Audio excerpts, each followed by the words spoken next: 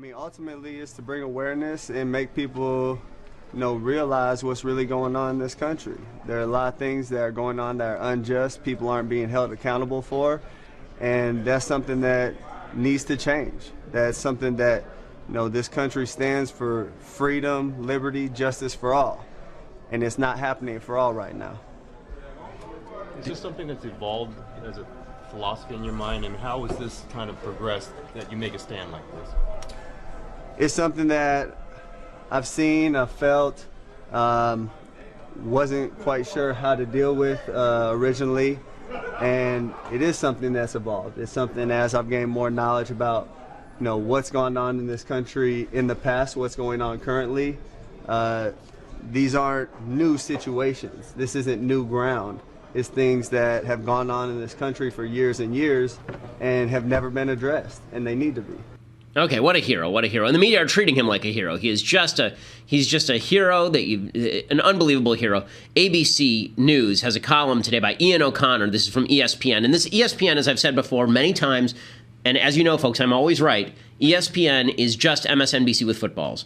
And ESPN is praising him. Colin Kaepernick stood tall while sitting down, which is not an easy thing to do. In fact, what he did in benching himself for the national anthem on Friday night was the hardest thing he could possibly do. The easy thing, that would be standing silently with his teammates on the San Francisco 49ers sideline, cutting against the grain of his conscience. Nobody would have known the difference, but he planted himself among the Gatorade buckets, understanding that in an age of 24/7 surveillance, he would be outed soon enough. He didn't strike the kind of dramatic pose made by Tommy Smith and John Carlos at the 1968 Summer Games in Mexico City, and that was okay. He made his statement loudly and clearly, and he said, I'm not going to stand up and show pride in a flag for a country that oppresses black people and people of color. Right, black people and people of color, like Colin Kaepernick, who earns on average $19 million a year for being one of the crappier quarterbacks in the NFL.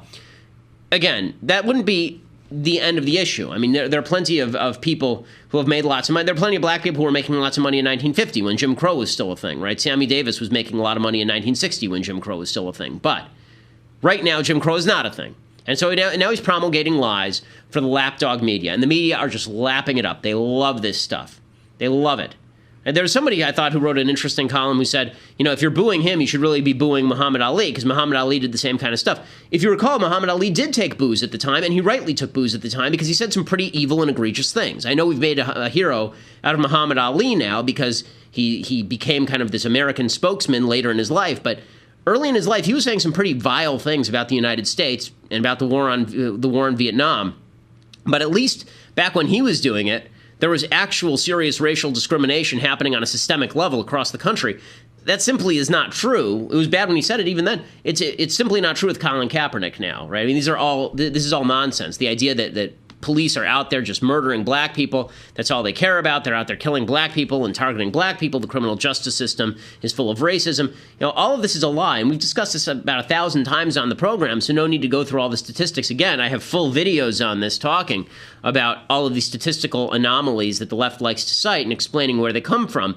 But Kaepernick, first of all, there's something cynical to this. Kaepernick is 5 seconds away from being cut by the San Francisco 49ers for sucking at his job. So he wanted to make this headline, and that way, if he gets cut, he can turn around and say, the real reason they cut me was not because I'm a really crappy football player. The real reason that they cut me is because I am such a standard bearer for Black Lives Matter.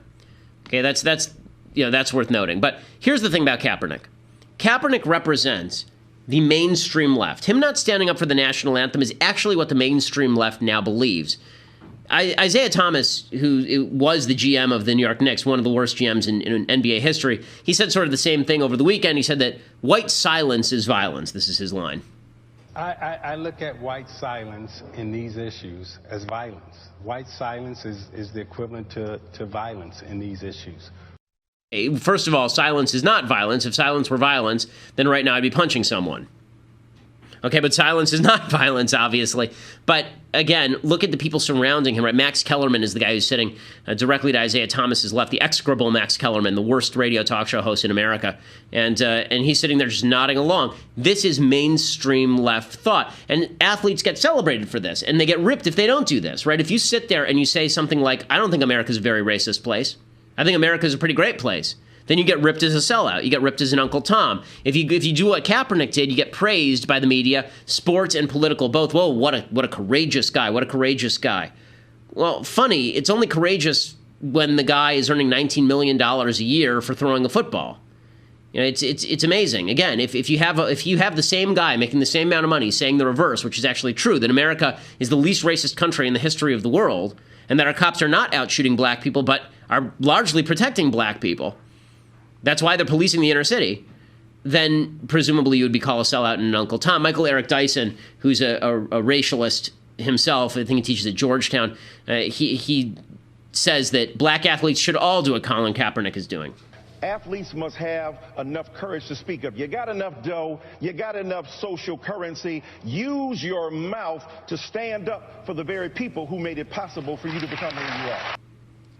The very people who made it possible for you to become who you are. So number one, the people who made it possible for Colin Kaepernick to become who he is are his white parents who adopted him and raised him. And the people who made it possible for him to become who he is are the people who let him into a college where he could play ball, despite the fact that he probably didn't have stellar academic qualifications.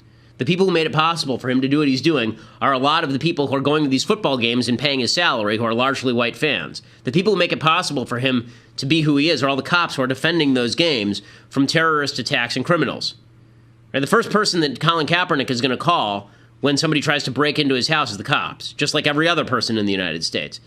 But again, this is now mainstream left thought, and this is the point that I'm building up to, is that this is all part of a broader left. And people talk about the alt-right. The alt-left is the mainstream left. There is no alt-left because there's no mainstream left anymore. It's been totally hijacked by the Black Lives Matter racist movement. And you can see it, right? What Kaepernick says, the point I'm going to be making is that what Kaepernick does here is fully in line with the Democratic National Platform.